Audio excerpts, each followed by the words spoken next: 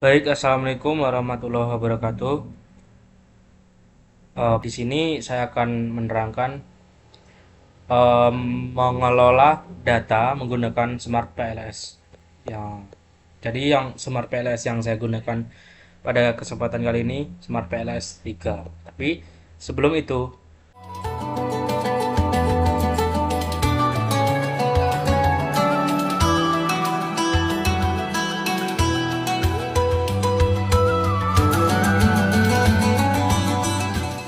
pertama-tama untuk kalian semua lakukan ialah pertama klik new project, kemudian beri nama buat project itu. Contohnya di sini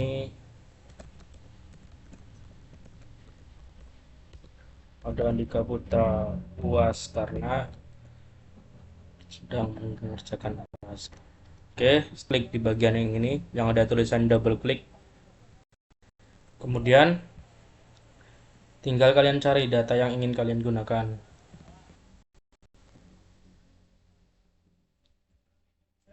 Diberi nama, kemudian di OK. Kemudian kembali ke yang atas ini. Kemudian langkah yang selanjutnya ialah memasukkan variabel-variabel dalam sini, sebelah kanan sini. Yang pertama dari X1. X1 ini merupakan variabel independen, jadi kita taruh sini. Terus X2 juga independen. Terus yang terakhir, yang selanjutnya ada X3. X3 ini juga independen. Terus yang selanjutnya masukin Z. Z ini merupakan variabel mediator. Kalau di data saya Z ini variabel mediator, jadi letaknya di tengah. Kemudian yang terakhir ada Y, variabel dependent, variabel yang dipengaruhi. Ya, kita seret. Terus dikonekkan. Ini variabel X1-nya ditarik ke sini mediator, terus variabel X2-nya ditarik mediator juga, variabel X3 juga gitu, terus mediator dikonekkan ke variabel dependent, terus variabel yang X1 ini juga dikonekkan ke dependent, X2 juga, dan X3. Terus kalau sudah semuanya terkonek, ganti namanya kayak gini. Klik variabel yang diganti nama, dipilih select dulu guys. Klik variabel yang ingin diganti namanya, terus klik kanan, pilih rename, terus tinggal diganti. Oke, lakuin kayak gitu ke semua variabel yang ada di sini. Oke, setelah ini sudah di rename semua, langkah selanjutnya adalah kita klik calculate. Ini yang ada di pojok kanan atas, calculate, terus pilih yang PLS algorithm ini, langsung di start calculation. Nah, setelah kalkulasinya selesai, klik nih outer loading yang bagian bawah. Outer loading ini kalian klik, terus menghapus variabel yang datanya itu nggak valid, ya ini X24, jadi kita hapus saja. Cara hapusnya tinggal kembali sini, tadi yang tidak valid X24, jadi kita klik, kita delete, tes. Nah, sudah selesai, kita calculate lagi, pilih PLS algorithm lagi, kemudian kita start. Kita cek sekarang di outer loadingnya, kita lihat berarti sudah hijau semua, berarti datanya sudah valid. Terus kalau sudah valid gini, langkah yang selanjutnya adalah kita lihat di soal yang pertama, perintahnya yaitu pengujian validasi konvergen. Faktor yang tadi yang outer loading itu kan udah hijau semua, berarti udah valid. Terus eh, lihat yang average variant extract di construct reliability and validity yang di bawah ini, kalian pencet, terus kalian lihat ini average, varian, extreme. Sini kan sudah hijau semua, berarti menandakan bahwasannya data tersebut valid. Menurut Haryono 2016 itu mengatakan bahwasannya jika datanya lebih dari atau sama dengan 0,5 menunjukkan bahwa validasi konvergen telah tercapai dengan baik atau menunjukkan data tersebut sudah valid. Terus perintah berikutnya pengujian validitas diskriminan. Terus loading itu ada di sini, diskriminan validity. Yang bagian cross loading. Ini datanya. Lihat di ini. Jadi berdasarkan hasil pengujian cross loading ini menunjukkan pada Wiono serta Budi, seluruh nilai outer loading indikator pada konstruk yang bersangkutan lebih tinggi dibanding nilai cross loading terhadap konstruk lainnya. Jadi lihat nih, kalau di tabel ini contoh X1-nya itu di konstruk fear of missing out FOMO ini lebih besar dari variabel-variabel atau konstruk lainnya. Terus X2 juga lebih besar di keterkaitan pada konten. Dapat simpulkan nih gini, setiap konstruk dalam penilaian ini telah memenuhi kriteria diskriminan validity yang baik. Jadi kalau sudah seperti itu artinya diskriminannya baik. Yang selanjutnya yaitu tabel Farnell-Larker. Di sini tabel Farnell-Larker yang sebelahnya cross loading tadi, diklik. Nih. Tabel Farnell-Larker. Jadi validitas diskriminan akan dianggap terpenuhi apabila nilai diagonal atau akar kuadrat itu lebih tinggi daripada korelasi antar konstruk yang bersangkutan dengan konstruk lainnya. Nih, contohnya kayak gini tabel nih. Jadi konstruk lainnya itu yang di bawah-bawahnya. Jadi artinya menurut tabel Farnell-Larker kriterian ini bahwasanya sudah dianggap diskriminan validitasnya. Oke, yang selanjutnya adalah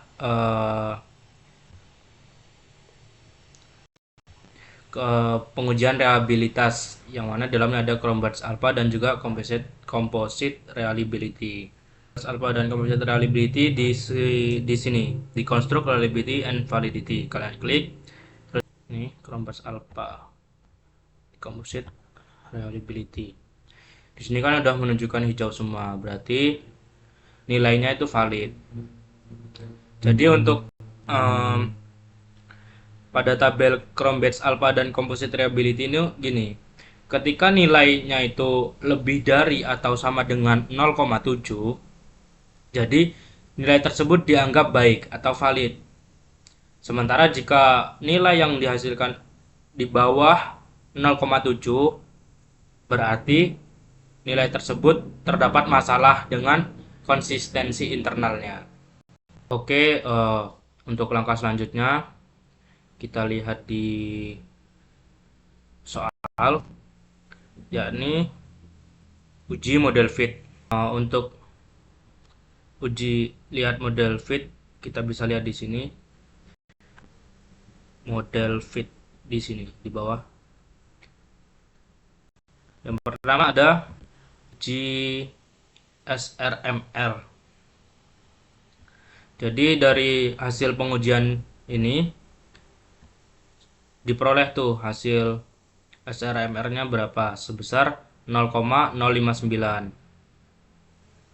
yang menunjukkan bahwasanya ini tuh lebih kecil dibanding 0,10.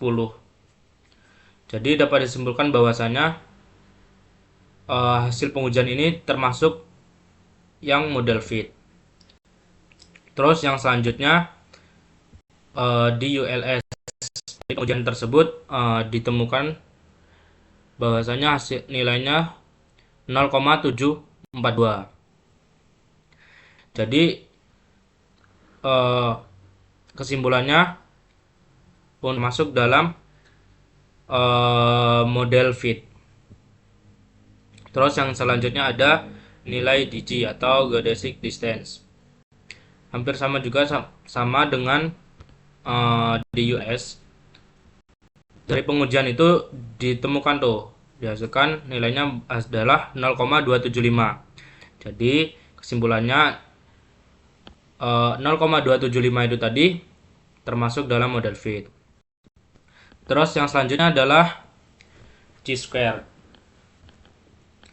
Chi-square ini sebelum kita tahu, kan sudah kelihatan dari hasil pengujian itu didapat nilai chi-square sebesar 929,953. Terus sebelum kita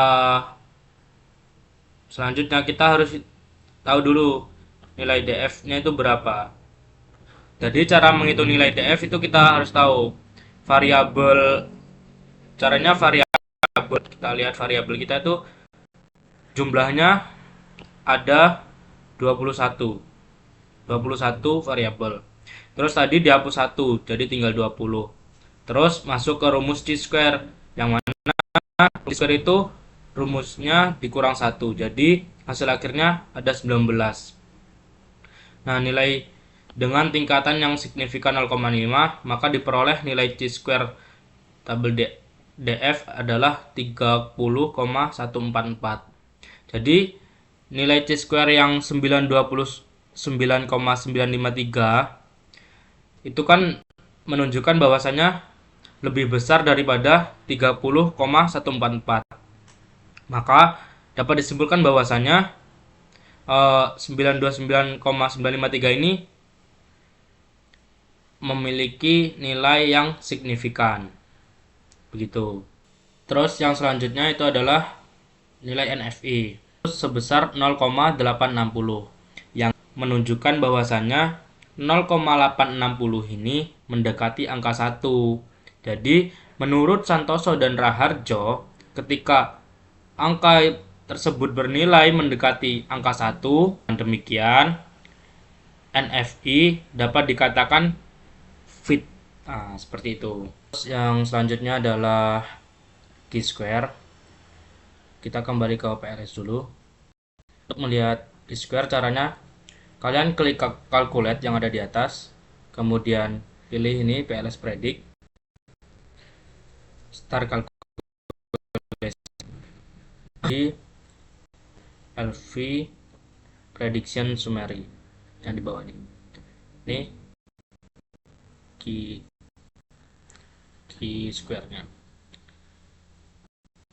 Nah, jadi berdasarkan perhitungan nilai tadi ditemukan bahwasanya untuk variabel keterkaitan pada konten itu nilainya sebesar 0,474, yang mana nilai tersebut itu termasuk dalam kategori kuat. Terus untuk variabel pembelian impulsif nilainya sebesar 0,292, yang mana nilai tersebut itu tergolong kategori yang sedang. Yang selanjutnya inner model, uji R-square dan R-square adjusted. Kembali ke PLS, ini melihat itu di sini di PLS algorithm di R-square. Ini. Jadi berdasarkan hasil dari tabel di atas, untuk konstruk pada konten sebesar 0,484, yang mana hal tersebut menunjukkan bahwasanya model tersebut mampu menjelaskan variasi konstruk secara moderat meskipun nilainya itu sedikit di bawah ambang batas kategori moderat, yaitu sebesar 0,05. Hal tersebut juga didukung oleh nilai R-square adjusted sebesar 0,481. Oke, yang selanjutnya adalah uji mediasi. Uji mediasi asalnya hubungan FOMO dan juga keterkaitan pada konten p-value-nya itu dihasilkan sebesar 0,000, yang artinya signifikan karena tidak melebihi 0,05. Terus uji mediasi. Uji mediasi juga sama guys. Ketika p value dihasilkan tidak lebih dari 0,05 berarti menunjukkan hubungan tersebut signifikan. Oke, itu tadi pembahasan terkait penggunaan Smart PLS, terutama Smart PLS 3 yang saya gunakan. Sekian dari saya ucapkan wassalamualaikum warahmatullahi wabarakatuh.